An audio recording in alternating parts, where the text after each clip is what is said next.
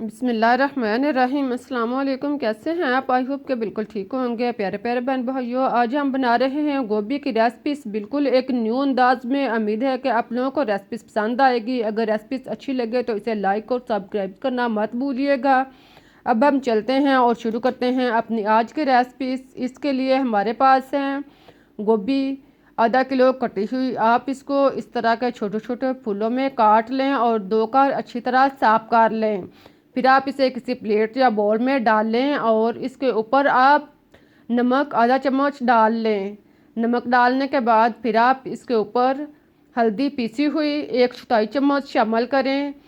हल्दी डालने के बाद आप इसके ऊपर सुरख मिर्च पीसी हुई आधा चम्मच डाल लें। इन मसाला जात को डालने के बाद आप एक अदद लीमू लें और इसको काट कर दो हिस्सों में तकसीम कर लें और इसके बीज निकाल लें।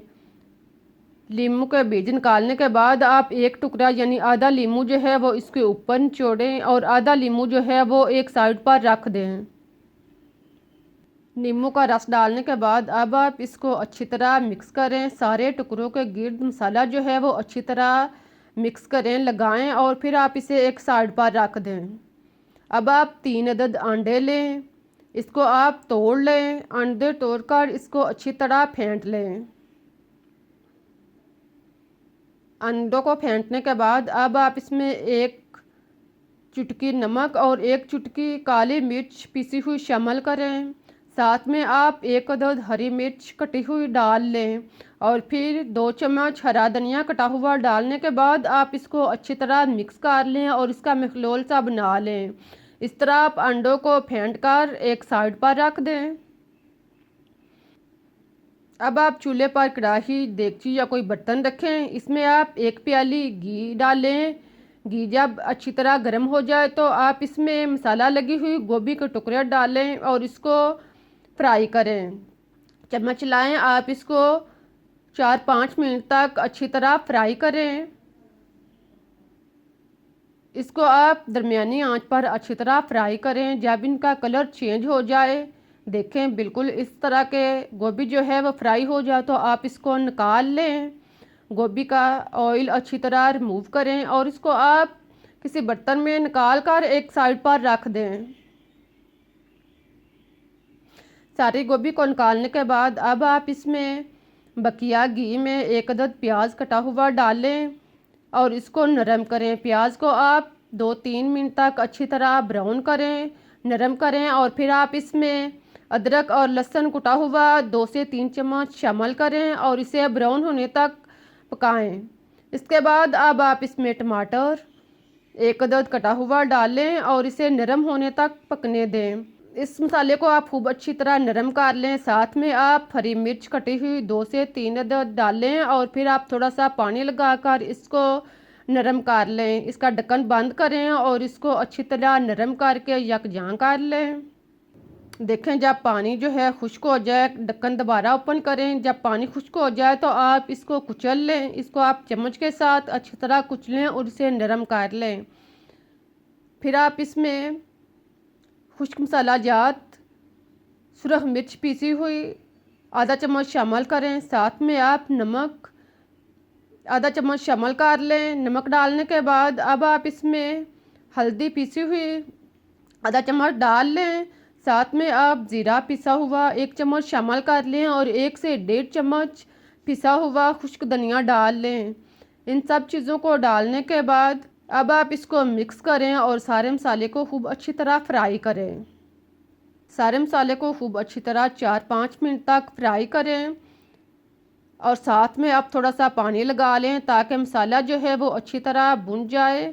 जब घी लग होना शुरू हो जाए तो फिर आप इसमें मटर 1 कप शामिल करें। मटर के आप दाने निकाल कर 1 कप इसमें शामिल करें और इसे मिक्स करें। मटर को डालने के बाद आप इसको 4-5 मिनट तक भूनें और इसे अच्छी तरह फ्राई कर लें। जब घी लग हो जाए और मटर का कलर चेंज हो जाए बिल्कुल इस तरह, तो आप इसमें 1 गिलास पानी डालें। पानी डालने के बाद आज चम्मच लाएं और इसे मिक्स करें। बर्तन के साइडों से आप मसाला जो है वो चम्मच के साथ अलग कर लें और फिर ढक्कन बंद करके इसे पकने दें।